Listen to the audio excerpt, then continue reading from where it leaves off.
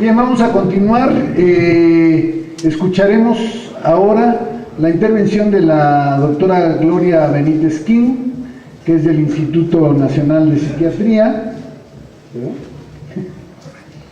y que a pesar de ser una científica joven, es una de las voces más autorizadas en el país y a lo mejor en Latinoamérica acerca de la melatonina. La doctora Benítez King tiene muchos años trabajando diferentes aspectos de la función de la melatonina, de sus aspectos farmacológicos, en fin, y hoy precisamente nos viene a hablar de la interacción de la melatonina con el insomnio. Es un honor tenerte aquí, Gloria, bienvenida.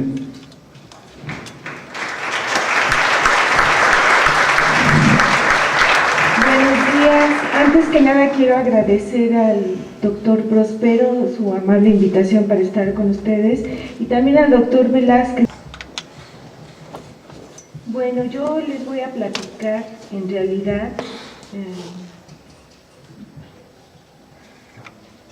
sobre la evidencia científica que hay sobre el uso de la melatonina en el sueño.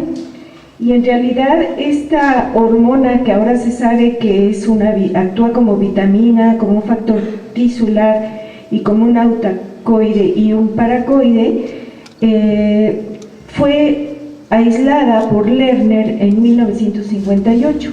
Y algo que llama la atención es que uno de los primeros efectos que se empezó a describir de la melatonina fue precisamente sobre el sueño. Aunque en esos años, en los 60, prácticamente lo que se había descrito eran estudios empíricos. Cuando se empezó a estudiar más la fisiología de la secreción de la melatonina, se encontró que durante la noche aumenta la concentración de esta hormona en el líquido cefalorraquídeo. Y se definió, se encontró que el ritmo de secreción de la melatonina es diurno y que se secreta fundamentalmente durante la noche, alcanzando aproximadamente 400 picogramos por mililitro en el plasma, aunque claro, esta concentración varía en realidad con los diferentes estudios. Y algo que sí llamó la atención es que en muchos padecimientos neuropsiquiátricos, yo diría que en la inmensa mayoría, algo que pasa es que se disminuye la cantidad de melatonina plasmática durante la noche. Les estoy hablando de depresión mayor, de trastorno bipolar, de esquizofrenia, fundamentalmente también en trastornos de ansiedad y en el autismo. Entonces, como les decía, de los principales efectos que se describió de la melatonina fue sobre el sueño y de hecho también se sabe que sincroniza otros ritmos biológicos como sería el de la temperatura corporal y también algo que es importante que me gustaría compartir con ustedes, aunque no lo voy a desarrollar en esta plática, es que la melatonina actúa como un potente barredor de radicales libres, es decir, es un agente antioxidante, y también actúa estimulando la diferenciación neuronal en el adulto, lo cual es muy importante, y al final de esta charla voy a tratar de hacer un enlace y de dejarles ver la correlación que existe entre la importancia del sueño y el neurodesarrollo. Y bien, como les decía, lo que nos ocupa es el insomnio, y una de las cosas que primero se observaron es que con la edad los niveles de melatonina van disminuyendo, de tal manera que en las personas ya de la tercera edad esos niveles están sumamente disminuidos. Y entonces se empezó a asociar esto con el insomnio. Y entonces el grupo del doctor Gurdman hizo un estudio que yo diría que esto es una evidencia científica importante, probablemente fue la primera que se publicó, que era un estudio bastante serio, en donde se estudiaron los niveles de melatonina después de administrar la melatonina en personas insomnes que tenían insomnio crónico y que además lo que se hizo fue estudiar cómo se mejoraba la eficiencia del sueño, y esto lo pueden ver aquí en esta imagen, y entonces se vio que con concentraciones crecientes de melatonina aumentaba la eficiencia del sueño, pero además se pudo determinar la cantidad de melatonina plasmática, y aquí, como pueden ver, conforme se va, este es el tiempo después de que las personas se iban a la cama y empezaban a dormir, y vean cómo incrementan estos niveles. Entonces aquí se estableció una correlación real entre lo que era eficiencia de sueño y la cantidad de melatonina plasmática. Bien, posteriormente este es un estudio que hizo Nina Sisapel en Israel, y ella lo que le interesó fue estudiar la melatonina de liberación prolongada también para ver sus efectos sobre la calidad de sueño y el estado de ánimo.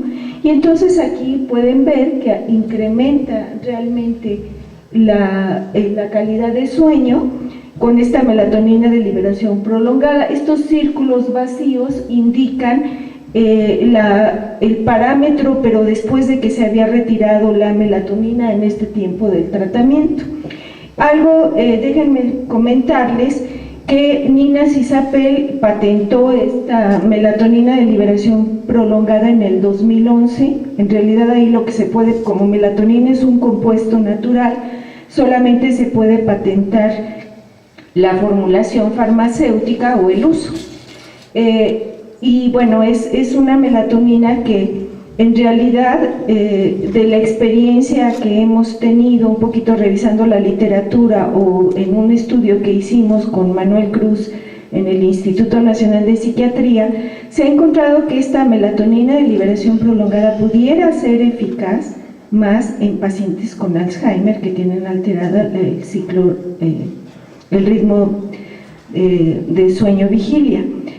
Y la otra cosa importante es que en 1994, aquí en México, un laboratorio farmacéutico mexicano patentó el uso de una melatonina de liberación prolongada. No les digo la marca porque no quiero hacer el comercial, pero sí es importante señalarlo para que vean cómo en México podemos tener realmente contribuciones importantes para el tratamiento de diferentes enfermedades. Bien, aquí lo que quiero enseñarles son los niveles de la sulfatoximelatonina, que es el metabolito de la melatonina, y pueden ver cómo incrementa la excreción del metabolito conforme pasa el tratamiento en las diferentes semanas. Es en la semana 26, y estos son personas con insomnio, pero que no fueron tratados con melatonina. Entonces aquí nuevamente hay una correlación entre mejora de la eficiencia del sueño y la presencia, en este caso, del metabolito de la melatonina. Y bueno, este es un estudio tiene cerca de 20 años que fue publicado, que lo publicó el doctor Cardinali, que a mí me parece que es muy relevante porque también pone de relieve los efectos que tiene melatonina sobre el sueño. Entonces el doctor Cardinali trató durante 2 años aproximadamente 24 pacientes que tenían insomnio crónico, y entonces él midió la eficiencia, los tiempos del sueño REM, la etapa 1 del sueño, la etapa 2, o bien la latencia del sueño. Y entonces en rojo fue un estudio en donde la primera noche detectaron la línea basal, y después en este número de noches administraron melatonina, y aquí pueden ver en verde la última barra cuando retiraron la melatonina. Y entonces lo que pueden ver es que aumenta la duración del REM y también la duración de la etapa 2 del sueño. Y en los pacientes con Alzheimer encontró algo que es sumamente interesante. Por un lado, encontró que mejoraba, que más bien detenía la progresión del deterioro cognitivo, y por otro lado también aumentaba la calidad del sueño, como lo pueden ver aquí. Recientemente, como les comentaba, Manuel Cruz en el instituto, él administró melatonina a 8 pacientes con diagnóstico de Alzheimer y también a 8 controles pareados por género y por edad, y lo que encontró es que también la melatonina lo que hace es disminuir la latencia del sueño delta. Entonces, bueno, esto lo que nos dice es que realmente hay un sustento científico para demostrar la utilidad de melatonina en el tratamiento del insomnio crónico. Pero otra utilidad que tiene es en el jet lag. Ustedes saben que cuando pasamos varios usos horarios en un tiempo muy reducido, es decir, cuando viajamos, por ejemplo, de México a Inglaterra, súbitamente cambiamos del horario, y lo que pasa es que hay una desincronización entre el ritmo de secreción, la cantidad de melatonina circulante y la cantidad de luz que tenemos en el medio ambiente. Y lo que se ha demostrado es que la melatonina es un excelente cronobiótico porque puede sincronizar realmente la cantidad de melatonina con la cantidad de luz en el medio ambiente. Y este es un estudio que fue publicado en el 2009, en donde lo que pueden ver es los triángulos negros, es la hora de dormir, la hora de ir a la cama. Aquí en M es cuando administran melatonina y aquí cuando se expone a la luz del sol o bien a una luz en una caja brillante.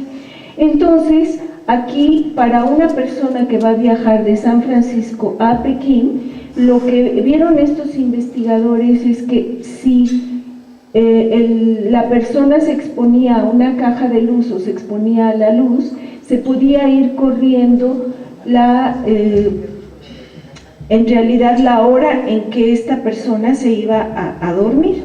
Y aquí también ven que cuando se administra melatonina a estas horas del día y por otro lado se expone a la luz, se ve que hay un corrimiento en ese hábito de ir a dormir.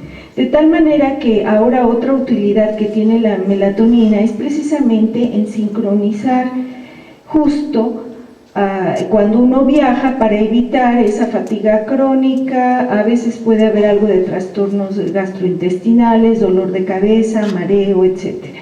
De tal manera que esto hace que las personas puedan ajustarse, y esto es de particular importancia para deportistas o a lo mejor también para nosotros los científicos que de repente tenemos que ir a dar una conferencia y puede ser que estemos un poco confundidos por el cambio de horario. Entonces, créanme, esto resulta muy útil y la idea es administrar la melatonina justo a la hora en que se está secretando al país a donde vamos a viajar. Es decir, si vamos a viajar de México a Inglaterra, tendríamos que tomar la melatonina a las 5 de la tarde, que prácticamente es ya de noche, son 6-7 horas después, serían prácticamente las 12 de la noche en Inglaterra, y entonces continuar el tratamiento cerca de 5 días.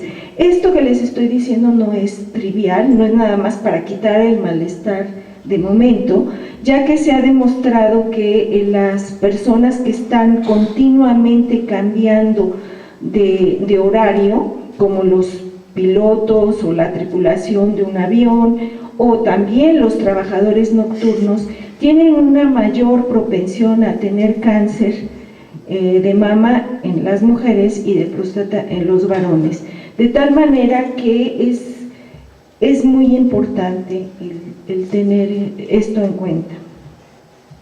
Bueno, esta es mi caricatura favorita de la melatonina, ya que es el mensajero de la oscuridad.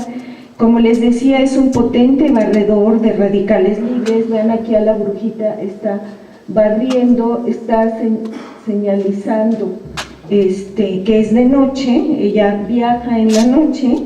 Y otra de las características que realmente una de las propiedades muy importantes de la melatonina que hemos encontrado es que es un modulador de la organización del citoesqueleto, y entonces el citoesqueleto es muy importante para que se diferencien las neuronas. En este proceso, en realidad, se forman conos de crecimiento que los pueden ver aquí, los marcamos con faloidina rodaminada. Se forman las neuritas, que son estas prolongaciones muy largas, y que eventualmente van a dar lugar a axones y a dendritas maduras, y a través del cual se van a establecer las conexiones sinápticas. Esto, lo que se ha visto, en realidad he visto algunos trabajos en donde parecería que la falta de sueño está relacionado con una disminución en la cantidad de las dendritas. Si hay una disminución de la cantidad de las dendritas, quiere decir que entonces hay una disminución en la capacidad de formar sinapsis. Y entonces aquí pueden ver una neurona cortical, y aquí está la amplificación de las dendritas. Este sería en ratas control, y estas son ratas que las dejaron 5 días en una rueda girando. Ellos les llaman ratas fatigadas, pero obviamente aparte de que están fatigadas, pues no han dormido. Y lo que pasa cuando se hace un corte histológico de estas neuronas, lo que se encuentra, aquí ven como tachones, son dendritas, y estas ratitas fatigadas, vean, prácticamente desaparecen o disminuyen de manera muy importante las dendritas. Esto mismo se ha visto que pasa, por ejemplo, en pacientes con esquizofrenia en la región del hipocampo, que hay una disminución de dendritas. Y bueno, en un modelo animal como es el pez cebra, también se ha visto que se pierde.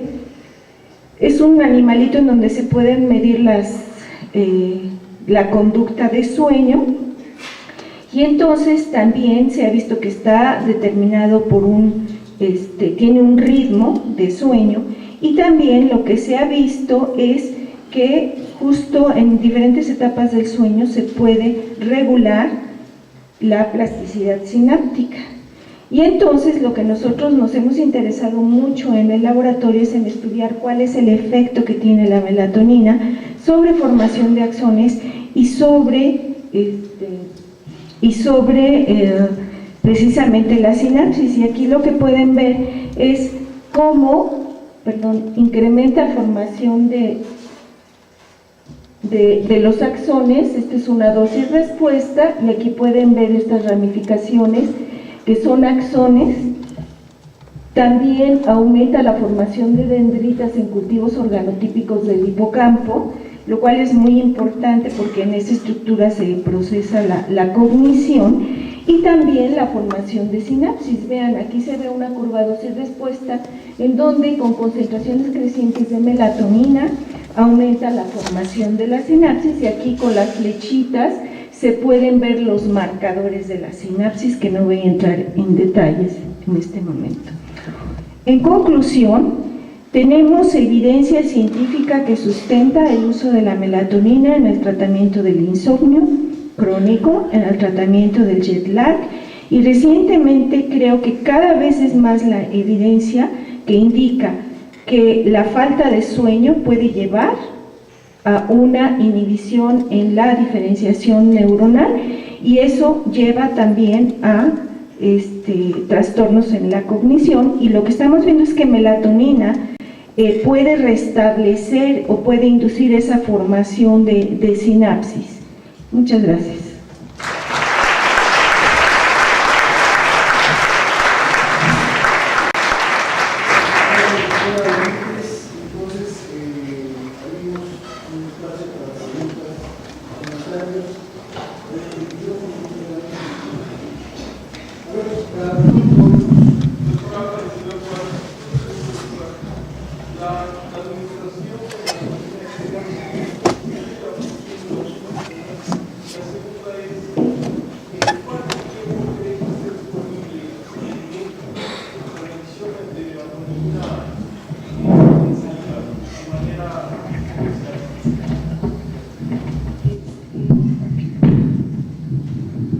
La respuesta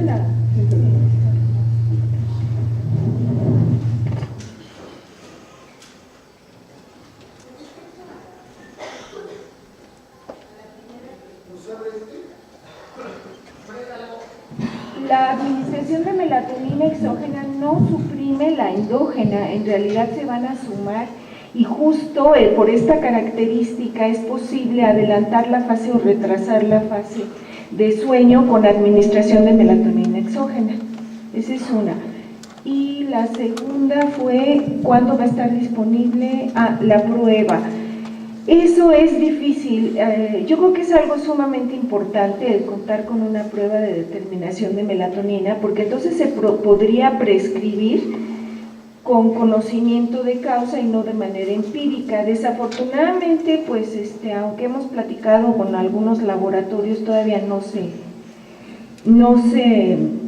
se llega a concretar nada. De hecho, en mi laboratorio nosotros manejamos los kits para determinación de concentraciones de melatonina. No es algo que hagamos como cotidianamente, ya que estamos ocupados en otras cosas, pero desde luego sería como muy deseable. Doctora.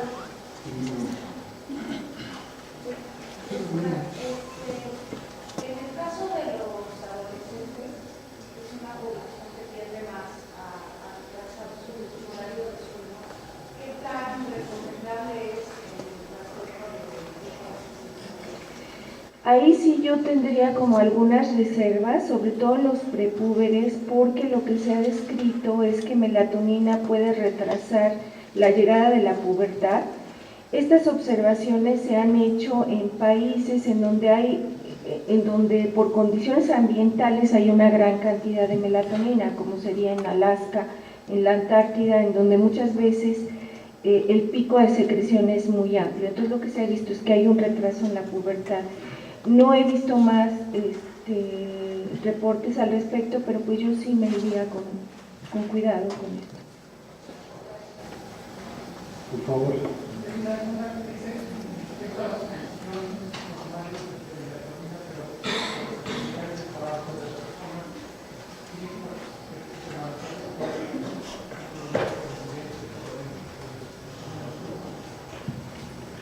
No entendí muy bien su pregunta. ¿Cómo es el...? Ya.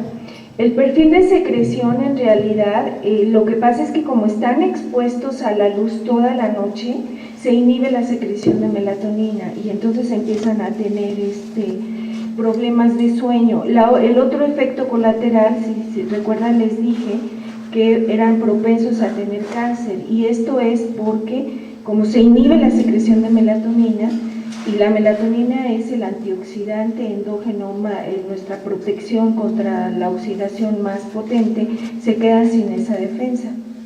Pero entonces lo que pasa es que el perfil de secreción queda inhibido. A ver, ahí atrás hay dos personas. ¿Está abierto el micrófono?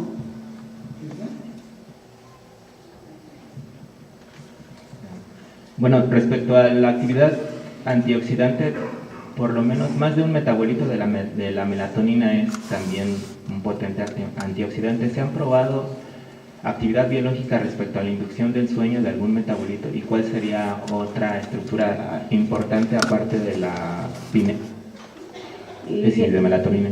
Es muy buena pregunta. Hasta donde yo sé, nadie ha visto estos metabolitos. Sería como es una melatonina cíclica, pero hasta donde yo sé nadie la ha probado. Y tampoco se sabe cuál sería el aporte o los efectos que puede tener la melatonina extrapineal sobre el sueño. Eso tampoco se sabe. Hola, ¿qué tal? Buen día.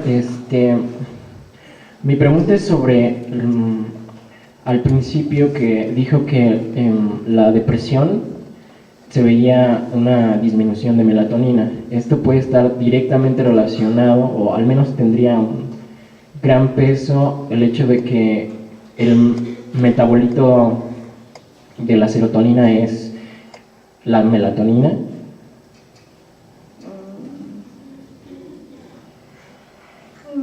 No creo.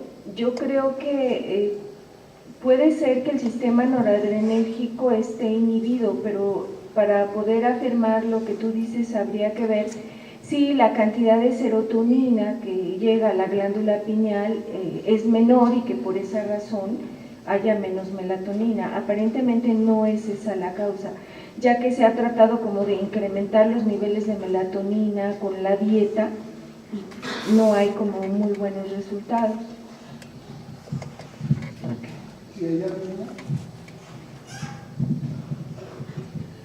Hola, buenos días. Mi pregunta es si la plasticidad neuronal de la que hablaba sobre el hipocampo es mediada directamente en la melatonina como un factor neurotrófico o es indirectamente, no sé, si desarrolle algunos factores de crecimiento o cómo es el mecanismo. Una pregunta muy interesante. Por un lado, se ha visto que la melatonina induce la liberación de BDNF, ese es uno. Por otro, les decía yo que es un modulador del citoesqueleto y lo que se ha visto es que se modula porque tiene un efecto antagonista de calmodulina y se incrementa polimerización de microtúbulos que son esenciales para que se alarguen tanto las neuritas como los axones. Esa es otra. También vía PKC, por interacción a nivel intracelular, se ha visto que hace que se reorganicen los microfilamentos de actina y se formen los conos de crecimiento, que eso es también otra condición. Pero recientemente lo que estamos ahorita analizando es cuál es el mecanismo de acción para que se formen los axones y los datos preliminares indican que se requiere de la estimulación de los receptores MT1 para que se formen y vía abajo lo que ocurre es que hay una inhibición de la glicógeno-sintasa 3 beta para que se alarguen los axones. Entonces, en resumen, ese sería el mecanismo.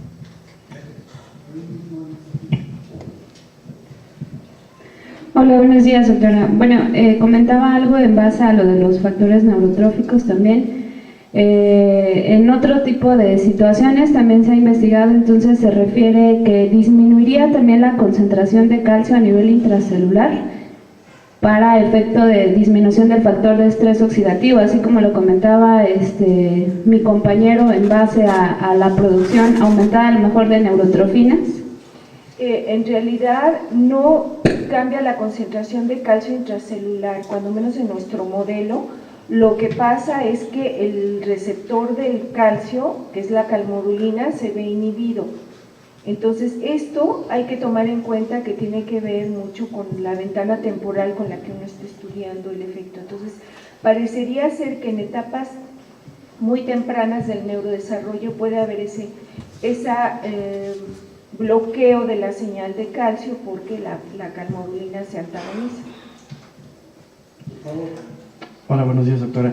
La utilización clínica de la melatonina, bueno, he observado en la práctica clínica que mujeres se quejan mucho más de dolor de cabeza o efectos secundarios que en realidad no están reportados en comparación con los hombres. ¿Qué me podría decir en relación a eso? Ahí sí realmente les podría aportar muy poco porque yo no soy clínica, a lo mejor alguno de los doctores que hacen clínica le podría decir. Gracias.